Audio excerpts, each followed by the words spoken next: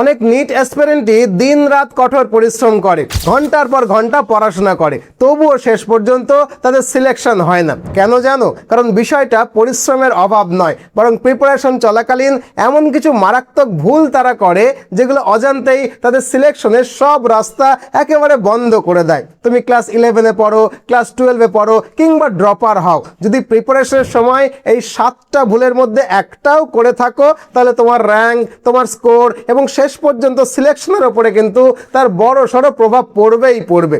সবচেয়ে গুরুত্বপূর্ণ বিষয় হলো 90% নিট অ্যাসপিরেন্টই এই ভুলগুলোই করে, কিন্তু তারা বুঝতে পারে না যে এগুলোই তাদের সাফল্যের পথে সবচেয়ে বড় বাধা হয়ে দাঁড়িয়েছে। আর তাই আজকের এই ভিডিওটাতে আমরা সেই 7টা মারাত্মক ভুল নিয়ে আলোচনা করব, যেগুলো এড়িয়ে যেতে পারলে তোমার নিট সিলেকশনের পথটা কিন্তু অনেকখানি সহজ হয়ে যাবে। অতএব আর সময় নষ্ট না করে চলো একে একে সেই 7টা ভুল সম্পর্কে জেনে নিই। মনোযোগ দিয়ে পুরো ভিডিওটা দেখবে কিন্তু। তবে তার আগে একটা রিকোয়েস্ট, ভিডিওটাকে একটা লাইক করে দাও, আর নতুন হলে চ্যানেলটাকে সাবস্ক্রাইব করে নিও প্লিজ। এই লাইক, এই সাবস্ক্রাইব করার বিষয়টা তোমাদের কাছে ফ্রি হলেও আমাদের এই নতুন চ্যানেলের গ্রোথের জন্য এটা কিন্তু ভীষণ রকমের জরুরি। So it's my request to please like this video and subscribe to our channel. Let's start. ভুল নাম্বার 1, অপ্রয়োজনীয় বই পড়া। দেখো, বাংলায় একটা কথা আছে, একসঙ্গে 7 জায়গায় গর্ত খুললে খুব সম্ভবত কোথাও জল পাওয়া যাবে না, কিন্তু যদি দীর্ঘ সময় ধরে একটাই জায়গায় তুমি খুঁড়তে থাকো তাহলে একটা সময় একটা কিন্তু সেখানে জল তুমি খুঁজে পাবেই। নিটের প্রিপারেশনের ক্ষেত্রে বিষয়টা কিন্তু ঠিক এমনই।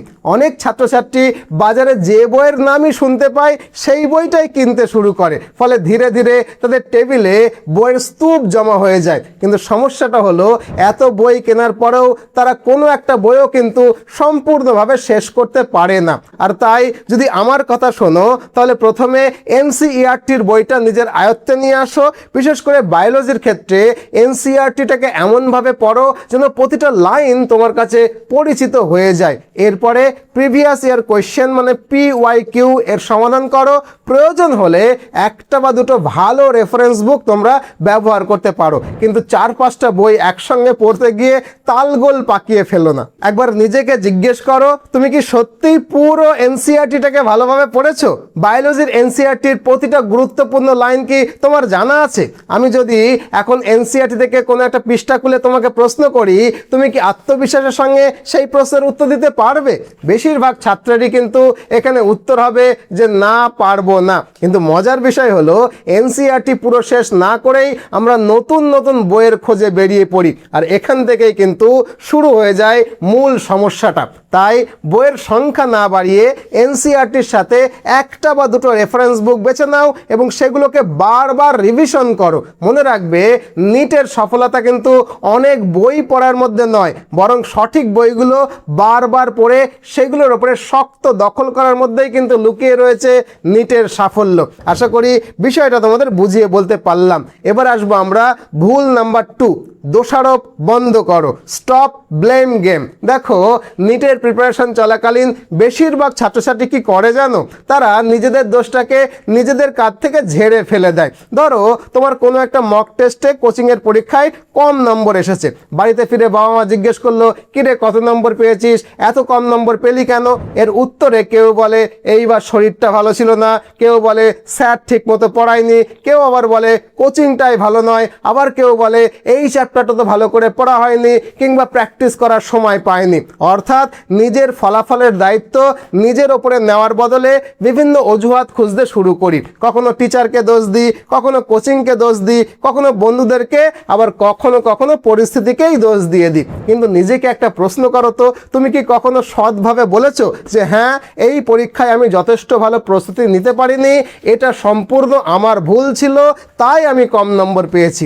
সত্যি কথা বলতে কি, ভেতরে ভেতরে আমরা প্রায় সবাই জানি যে কোথায় ভুলটা করেছি, কোন চ্যাপ্টারটা পড়িনি, কোথায় রিভিশন কম হয়েছে, কোথায় প্র্যাকটিসটা একটু বেশি করা উচিত ছিল, সবটাই কিন্তু আমরা জানি, সবটাই বুঝি, কিন্তু সেই সত্যিটা আমরা মেনে নিতে পারি না। আর এর ফলেই এখনকার বেশিরভাগ অ্যাসপিরেন্টই কিন্তু অনেকখানি পিছিয়ে পড়ে। তাই যদি আমার কথা তোমরা শোনো আর যদি সত্যি নিটের সিলেকশন পেতে চাও, তাহলে আজ থেকেই এই ব্লেম গেমটা সম্পূর্ণ বন্ধ করে দাও। নিজের দোষ নিজের উপরে নাও, সোজাসুজি বলো হ্যাঁ এটা আমার ভুল ছিল, আমার প্রিপারেশনের ঘাটতি ছিল, আর তারপর সেই ভুলগুলো আর করবে না কখনো এই প্রতিজ্ঞা করো এবং সেই প্রতিজ্ঞাটা মেনে চলো। আশা করি এই পয়েন্টটাও তোমরা বুঝলে। এবার আসবো ভুল নাম্বার 3। সেটা কি? কাল থেকে পাকা টাইম টেবিল বানাবো। দেখো এই কথাটা নিশ্চয়ই তোমরা অনেকবার বলেছো, হয়তো আজকেই বলেছো যে কাল থেকে আর কোনো অজুহাত নয়, একদম পারফেক্ট টাইম টেবিল বানাবো আর সেটাকেই ফলো করব। দেখো এই ধরনের কথা শুনতে কিন্তু বেশ ভালো লাগে, তাই না? কিন্তু বাস্তবে কি হয়, বেশিরভাগ ছাত্রছাত্রী টাইম টেবিল তো বানায় কিন্তু সেটা কয়েকদিনের মধ্যেই ভেঙে যায়। আর যখন টাইম টেবিল অনুযায়ী পড়াশোনাটা হয় না, তখন রাতের বেলায় গিয়ে নিজের ওপরেই রাগ হয়, মনে হয় আজও প্ল্যান মতো ঠিকঠাক পড়তে পারলাম না, আবারও একটা দিন পুরোটা নষ্ট করে ফেললাম। আসলে সমস্যাটা কিন্তু তোমাদের বানানো টাইম টেবিলে নয়, সমস্যাটা হলো তোমাদের পরিকল্পনায়। আমরা অনেক সময় নিজেদের সামর্থ্যের চেয়ে অনেক বড় বড় টার্গেট সেট করে ফেলি। একদিনেই ঠিক করে ফেলি যে আজকে বায়োলজিটা শেষ করব, ফিজিক্সটাও শেষ করব, কেমিস্ট্রির প্রশ্ন প্র্যাকটিস করব, সঙ্গে আবার পুরো রিভিশনও দেব। কিন্তু দিনের শেষে দেখা যায় শুধু একটা বিষয়ই ঠিকঠাক মতো পড়া হয়েছে, বাকিগুলোতে হাতই দেওয়া হয়নি। ফলে তোমাদের মধ্যে হতাশা আসে, আত্মবিশ্বাস কমে যায়, আর মনে হয় আমি বোধহয় ঠিকঠাক পড়াশোনাটাই করছি না। তাই যদি আমার কথা শোনো, তাহলে শুরুতেই নিজের ওপরে অপ্রয়োজনীয় চাপ দেওয়াটা বন্ধ করো। বড় বড় টাইম টেবিল বানানোর পরিবর্তে বরং তুমি যেটুকু পারবে এই রকমের ছোট এবং প্র্যাকটিক্যাল টাইম টেবিল বানাও। যেমন প্রথমে নিজেকে শুধুমাত্র একটা চ্যাপ্টারের টার্গেট দাও, সেটাকে ভালো করে সম্পূর্ণ করো। যখন দেখবে সেটাকে তুমি রেগুলার বেসিসে করতে পারছো, তখন ধীরে ধীরে তোমার নিজের ওপরে কাজের পরিমাণটা বাড়াও। মানে প্রথমে একটা চ্যাপ্টার, তারপরে সেটা যদি পারো রেগুলার বেসিসে চলাতে পারো তখন 2টো চ্যাপ্টার, তারপরে 3টে চ্যাপ্টার। এইভাবে ধীরে ধীরে তোমার পড়ার ক্ষমতা, পড়ার মনোযোগ এবং ধারাবাহিকতা সব কিছু বাড়াতে পারো। কিন্তু শুরুতেই যদি 5টা 6টা চ্যাপ্টারকে টার্গেট নিয়ে বসো, তাহলে বেশিরভাগ ক্ষেত্রেই সেই পরিকল্পনা ভেঙে যাবে আর তোমার মধ্যে আত্মবিশ্বাসও কমে যাবে। বিষয়টা নিশ্চয়ই বোঝাতে পারলাম, আশা করি বিষয়টা বুঝলে। এবার আসবো ভুল নাম্বার 4, ভুয়া বন্ধু বা ফেক ফ্রেন্ড থেকে দূরে থাকো। প্রথমেই বলে নিই যে এই ফেক ফ্রেন্ড কারা। দেখো এরা এমন সব বন্ধু যারা অজান্তেই তোমার প্রিপারেশনের ক্ষতি করে ফেলে। কারা এরা? এরা সাধারণত তোমার কাছে এসে নানান ধরনের কথা বলবে। যেমন ধরো বলবে তুই ওই কোচিংয়ে পড়ছিস, ওটা তো তেমন ভালো কোচিং না, আমাদের কোচিংয়ে তো এগুলো অনেক আগেই শেষ হয়ে গেছে। অথবা বলবে আমাদের এখানে তো MBBS লেভেলের পড়াশোনা চলছে। আবার হয়তো বলবে আমাদের স্যার এতগুলো বই পড়াচ্ছে, এগুলো না করলে নাকি ভালো র্যাঙ্কই আসবে না, সিলেকশনই আসবে না। এই সব বলার পর তারা শেষে গিয়ে তোমাকে জিজ্ঞেস করবে তোদের কোচিংয়ে কি এসব হচ্ছে? তুমি যখনই বলবে না, তখনই তারা এমনভাবে কথা বলবে যে তুমি যেন অনেকখানি পিছিয়ে গেছো। আর এর ফলে কি হয়, তুমি নিজের প্রিপারেশনটা নিয়ে অযথা চিন্তা করতে শুরু করো। মনে হতে থাকে আমি কি সত্যিই পিছিয়ে যাচ্ছি, আমার কোচিং কি যথেষ্ট ভালো নয়, আমি কি কম পড়ছি, এরকম হাজারটা কনফিউশন তোমার মাথার মধ্যে কিন্তু চলতে থাকে। অথচ বাস্তবে হয়তো তোমার প্রিপারেশনটা একদম ঠিক পথেই এগোচ্ছিল। আসলে এই ধরনের বন্ধুরা নিজেরাই অনেক সময় কনফিউজড, ডিমোটিভেটেড এবং ইনসিকিউর থাকে, আর সেই নেগেটিভ মানসিকতাটাকে তারা ধীরে ধীরে তোমার মধ্যেও ছড়িয়ে দেয়। তাই নিট প্রিপারেশন চলাকালীন বন্ধু নির্বাচনে কিন্তু ভীষণ রকমের সতর্ক হও। এমন মানুষের সঙ্গে সময় কাটাও যারা তোমাকে পড়াশোনায় সাহায্য করবে, সাহায্য না করলে অন্তত হতাশা ছড়াবে না, তোমাকে উৎসাহ দেবে, তোমার লক্ষ্যকে সম্মান করবে। কিন্তু যারা সব সময় তোমার আত্মবিশ্বাসটাই কমিয়ে দেয়, তোমার প্রিপারেশন নিয়ে সন্দেহ তৈরি করে বা বলে তোর দ্বারা হবে না, টেস্ট দিয়ে কি হবে, নম্বর তো আসবেই না, এত পড়ে কোনো লাভ নেই, এই ধরনের মানুষ থেকে যতটা সম্ভব দূরে থাকো। আর তাই যদি তুমি ক্লাস 11-এ থাকো তাহলে আগামী 2 বছর, আর যদি ক্লাস 12-এ থাকো বা ড্রপার হও তাহলে অন্তত আগামী 1 বছর তোমার সারাউন্ডিংয়ের ফ্রেন্ড সার্কেলের ব্যাপারে কিন্তু ভীষণ রকমের সচেতন হও। আশা করি এই পয়েন্টটাও তোমরা খুব ভালোভাবে বুঝলে। এবার আসি ভুল নাম্বার 5। এমসকে নয়, নিজের স্কোরকে টার্গেট করো। এই পয়েন্টটা একটু বিতর্কিত শোনাবে হয়তো, এবং অনেকেই হয়তো আমার সঙ্গে একমত নাও হতে পারে, কিন্তু আমি ব্যক্তিগতভাবে অনেক ছাত্রছাত্রীকেই এই পরামর্শ দিই। কেন দিই? অবশ্যই তার পেছনে নির্দিষ্ট কিছু কারণও আছে। যেমন আজকাল এডুকেশন ইন্ডাস্ট্রি এবং কোচিং ইন্ডাস্ট্রিতে একটা বিষয় খুব জোর সোর করে প্রচার করা হয় যে এমসে যেতে হবে, এমসে যেতেই হবে। ফলে অনেক ছাত্রছাত্রীর মাথার মধ্যেই এমসটা এমনভাবে ঢুকে যায় যে তারা পড়াশোনা করার চেয়ে এমস নিয়েই বেশি ভাবতে শুরু করে। সারাদিন এমসের মোটিভেশন ভিডিও দেখা, এমসের ক্যাম্পাস দেখা, এমসের বিল্ডিংস দেখা, এমস লাইফ নিয়ে ভিডিও দেখা, এই সব করতে করতে অনেক সময় আসল কাজটাই পিছিয়ে যায়। আমি কিন্তু এটা বলছি না যে তোমাদের এমসের যাওয়ার স্বপ্নটা দেখা উচিত নয়, অবশ্যই স্বপ্ন দেখো, বড় স্বপ্ন তো অবশ্যই দেখা উচিত, কিন্তু যখন স্বপ্নের চেয়ে কল্পনা বেশি হয়ে যায় তখন কিন্তু কাজ কম হয় আর সমস্যা সেখান থেকেই তৈরি হয়। তাই বরং একবার নিজের বর্তমান অবস্থানের দিকে তাকাও। ধরো কোচিংয়ের মক টেস্টে তোমরা বর্তমানে স্কোর করছো 560। এখন তোমাদের প্রধান লক্ষ্য কি হওয়া উচিত? বলো কি হওয়া উচিত? এমসের হোস্টেল কেমন সেটা দেখা, ক্যাম্পাস কেমন, জীবন কেমন সেটা দেখা, নাকি ভাবা যে এই 560 থেকে 580, 580 থেকে 600, 600 থেকে 620-তে যাওয়ার জন্য আমাদের কি কি প্ল্যান নিয়ে কাজ করতে হবে? অবশ্যই দ্বিতীয়টা। মানে আমি বলতে চাইছি এমসের জন্য তো অন্তত 680 নম্বর লাগে, তাই আগে 680 নম্বরে পৌঁছানোর জন্য বেশি করে কাজ করতে হবে, তাই নয় কি? তাই আজ থেকে একটা জিনিস মনে রাখো যে তোমার লক্ষ্য এমস নয়, তোমার লক্ষ্য হওয়া উচিত নিজের বর্তমান স্কোরটাকে আগের চেয়ে ভালো করা। তোমার স্কোর 400 হোক, 500 হোক বা 600 হোক, প্রতিটা টেস্টে নিজেকে একটু একটু করে উন্নত করার চেষ্টা করো।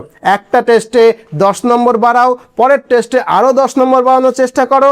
এইভাবে ধীরে ধীরে তোমার স্কোর বাড়তে থাকবে আর এক সময় বড় লক্ষ্যগুলো কিন্তু বাস্তবে পরিণত হবে। মনে রাখবে, সফল ছাত্ররা গন্তব্যের স্বপ্নে কিন্তু হারিয়ে যায় না। তাই স্বপ্নে হারিয়ে না গিয়ে প্রতিদিন নিজের প্রিপারেশনটাকে আগের দিনের চেয়ে আরও একটু ভালো করার দিকেই ফোকাস করো। আশা করি এই বিষয়টাও বুঝলে। এবার আসবো ভুল নাম্বার 6-এ, রিভিশন না করা। দেখো, এটা শুনতে খুব সাধারণ একটা বিষয় মনে হলেও নিট প্রিপারেশনের জন্য এটা কিন্তু সবচেয়ে গুরুত্বপূর্ণ বিষয়। কি সেটা? না, রিভিশন করা।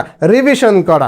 অনেক ছাত্রছাত্রী আছে যারা ঘন্টার পর ঘন্টা নতুন চ্যাপ্টার পড়ে, নতুন নোটস তৈরি করে, নতুন প্রশ্ন সমাধান করে, কিন্তু কিছুদিন পর যখন সেই বিষয়গুলো আবার জিজ্ঞেস করা হয় তখন দেখা যায় তারা অনেক কিছুই বলতে পারছে না, অনেক কিছুই তারা ভুলে গেছে। এটা কেন হয়? কারণ ঠিকঠাক করে রিভিশনটা দেওয়া হয়নি, তাই জন্য এটা হয়। মানে একটা বিষয় তুমি যত বেশিবার রিভিশন করবে তত বেশি করে সেটা তোমার মনের মধ্যে, মাথার মধ্যে স্থায়ীভাবে বসে যাবে। তাই নিট প্রিপারেশনের সময় শুধু নতুন নতুন বিষয় শিখলেই হবে না, বরং পুরনো বিষয়গুলোকে নিয়মিত রিভিশন করার দিকেও সমানভাবে গুরুত্ব দিতে হবে। সেটা বায়োলজি হোক, কেমিস্ট্রি হোক কিংবা ফিজিক্স, প্রতিটা বিষয়ে রিভিশন করাটা কিন্তু অত্যন্ত জরুরি। তাই যদি নিটে ভালো র্যাঙ্ক এবং সিলেকশন চাও তাহলে রোজ একটা না একটা বিষয় করে রিভিশন দাওই দাও, যত বেশি সম্ভব রিভিশনের উপরে জোর দাও। আশা করি এই বিষয়টাও তোমরা বুঝলে। এবার আসি ভুল নাম্বার 7-এ, মক টেস্ট না দেওয়া। দেখো, অনেক ছাত্রছাত্রী সারা বছর পড়াশোনা করে, নোটস বানায়, প্রশ্ন সমাধান করে, কিন্তু যখনই মক টেস্ট দেওয়ার কথা আসে তখনই তারা নানান অজুহাতে মক টেস্ট দেওয়া থেকে পিছিয়ে আসে। দেখো, একটা বিষয় কিন্তু প্রথমেই মাথায় ঢুকিয়ে নাও, তুমি যত বেশি মক টেস্ট দেবে তত বেশি পরীক্ষার পরিবেশের সঙ্গে পরিচিত হবে। প্রশ্ন বাছাই করা, সময় ভাগ করে নেওয়া, চাপের মধ্যে সিদ্ধান্ত নেওয়া, এই সব দক্ষতা কিন্তু ধীরে ধীরে তোমার মধ্যে তৈরি হয়ে যাবে। বিশেষ করে ফিজিক্সের ক্ষেত্রে স্পিড এবং অ্যাকুরেসি কিন্তু ভীষণ রকমের গুরুত্বপূর্ণ। অনেক সময় ছাত্ররা কনসেপ্ট জানে কিন্তু প্রশ্ন সমাধান করতে গেলে বেশি সময় নিয়ে ফেলে, ফলে শেষ পর্যন্ত সব প্রশ্ন অ্যাটেম্প করার সুযোগই পায় না। বায়োলজির ক্ষেত্রেও একই বিষয় প্রযোজ্য। যত বেশি প্রশ্নের মুখোমুখি হবে তত দ্রুত এবং তত আত্মবিশ্বাসের সঙ্গে তোমরা উত্তর করতে পারবে। আর একটা বিষয় মনে রাখবে যে মক টেস্টের উদ্দেশ্য কত নম্বর পেলে সেটা কিন্তু দেখা নয়, মক টেস্ট দিতে গিয়ে তুমি তোমার দুর্বলতাগুলোকেও খুঁজে বের করতে পারবে। কোন চ্যাপ্টারে সমস্যা হচ্ছে, কোথায় ভুল বেশি হচ্ছে, কোন ধরনের প্রশ্নের সময় বেশি লাগছে, এই সব কিন্তু তুমি মক টেস্ট দিতে গিয়েই কেবলমাত্র জানতে পারবে। তাই নম্বর কম এলেই হতাশ হয়েও না, বরং খুঁজে বের করো যে কোথায় ভুল হচ্ছে এবং সেটাকে তোমরা কিভাবে ঠিক করার চেষ্টা করবে। আর মক টেস্টের কোনো নির্দিষ্ট সংখ্যা কিন্তু নেই। কেউ 20টা মক টেস্ট দেয়, কেউ 30টা মক টেস্ট দেয়, কেউ আবার অনেক সিরিয়াস অ্যাসপিরেন্ট পরীক্ষার আগে 50টা বা তার বেশিও মক টেস্ট দেয়। দেখো, আমি কিন্তু তোমাকে ভয় দেখাচ্ছি না, জাস্ট প্র্যাকটিক্যালি ভাবো। তুমি যত বেশি কোয়ালিটি মক টেস্ট দেবে এবং সেগুলো বিশ্লেষণ করবে, তোমার আসল পরীক্ষার পারফরমেন্স কিন্তু তত বেশি ভালো হবে। তাই যদি তুমি ক্লাস 11-এ থাকো, তাহলে এখন থেকেই মক টেস্ট দেওয়ার অভ্যাস তৈরি করো, কারণ তোমার হাতে কিন্তু যথেষ্ট সময় রয়েছে। আর যদি তুমি ক্লাস 12-এর ছাত্র হও বা ড্রপার হও, তাহলে তোমার জন্য সময় কিন্তু আরও বেশি মূল্যবান। তাই রেগুলার মক টেস্ট দাও এবং প্রতিটা টেস্ট থেকে শেখার চেষ্টা করো যে কোথায় ভুল হচ্ছে আর সেগুলোকে কী করে সংশোধন করবে। আশা করি এই পয়েন্টটাও তোমরা বুঝলে। তো এই ছিল সেই 7টা মারাত্মক ভুল যার জন্য অনেক ভালো ছাত্রছাত্রী নিটের সিলেকশন কিন্তু আটকে যায়। আশা করি আজকের পর থেকে এই 7টা ভুলের একটাও তুমি তোমার প্রিপারেশন চলাকালীন করবে না। মাথা ঠান্ডা করে প্রিপারেশন নাও, ঠিকঠাক করে নিট দাও আর সফল হয়ে সরকারি মেডিকেল কলেজে চান্স পাও, এই আশীর্বাদ করি। আর একান্তই যদি দেখো যে পরীক্ষা ভালো হয়নি বা সরকারি মেডিকেল কলেজে চান্স পাওয়ার মতো স্কোর হয়নি, সেক্ষেত্রে আরও একটা বছর ইয়ার লস না করে অথবা প্রাইভেট মেডিকেল কলেজে কোটি টাকার উপরে খরচ না করে তার 4/1 টাকায় রাশিয়া, জর্জিয়া, উজবেকিস্তানের মতো দেশ থেকে MBBS পাশ করে দেশে ফিরে আসতে পারো। কারণ নিটের ওপরে খুব বেশি ভরসা কিন্তু আজকালটা করা যাচ্ছে না, অন্তত আমার মনে হচ্ছে। বাকিটা তোমাদের ওপরে। আমাদের একটা প্রতিষ্ঠান রয়েছে মিশন MBBS কলকাতা, যারা দীর্ঘ 10 বছর ধরে সফলভাবে এই ফিল্ডে কাজ করছে। তুমি চাইলে আমরা তোমাকে বিদেশে MBBS করতে গেলে কি কি করতে হয় তার খুঁটিনাটি বিষয়ে জানাবো কোন কোন বিশ্ববিদ্যালয়ে তুমি আবেদন করতে পারো, তাদের কি কি শর্ত রয়েছে, তোমার জন্য কোনটা সবচেয়ে ভালো হবে, এর সব কিছু। তাছাড়া বিদেশে পড়াশোনা করতে গেলে নর্মালি কি কি অসুবিধা হয় আর সেই অসুবিধাগুলোকে দূর করতে আমরা তোমাকে কীভাবে সাহায্য করতে পারবো, এর সবটাই কিন্তু আমরা তোমাকে বলে দেবো। এই সাহায্যের মধ্যে থাকবে অ্যাডমিশন, অ্যাকোমোডেশন, ভিসা প্রসেসিং, যদি দরকার হয় ব্যাংক লোন, কারেন্সি এক্সচেঞ্জ, এমনকি মেডিকেল কলেজ পর্যন্ত পৌঁছে দেওয়ার ব্যবস্থা সেটা আমরাই করব। এখানেই শেষ নয়, বিদেশের প্রতিটা মেডিকেল কলেজে আমাদের নিজস্ব অফিস রয়েছে। তাই পড়াশোনা চলাকালীন বা হোস্টেলে থাকাকালীন সময়ে যে কোনো সমস্যায় কিন্তু আমরা তোমার পাশে থাকব। এক কথায়, বিদেশ থেকে MBBS পাশ করে আসার ক্ষেত্রে যা যা সাপোর্ট লাগে তার সব কিছুই আমরা মিশন MBBS কলকাতা তোমাকে প্রোভাইড করব। তাই তুমি যদি ফ্রেশার্স হও বা ড্রপার হও, আমাদেরকে এই নাম্বারে ফোন করতে পারো। এই ফোন নাম্বারে ফোন করে বিস্তারিত জানতে পারো, অথবা একটা অ্যাপয়েন্টমেন্ট ফিক্স করে আমাদের কলকাতার অফিসে এসেও কথা বলতে পারো। কলকাতার অফিসে এলে তোমার সঙ্গে আমার দেখা হবে। যাই হোক, এই আলোচনার পরেও যদি আরও কোনো কিছু তোমার জানার থাকে কমেন্ট বক্সে নিশ্চয়ই জানাবে, সেই বিষয়ে নিশ্চয়ই আমি ভিডিও বানাবো। আজ এ পর্যন্তই, ভালো থাকো। নতুন ভিডিও নিয়ে আবারও দেখা হবে। আর হ্যাঁ, ভিডিওটাকে একটা লাইক করে দিও, আর নতুন হলে চ্যানেলটাকে সাবস্ক্রাইব করে নিও প্লিজ। আর আমাদের কলকাতার অফিসে এলে তোমার সঙ্গে আমার নিশ্চয়ই দেখা হবে। ভালো থেকো।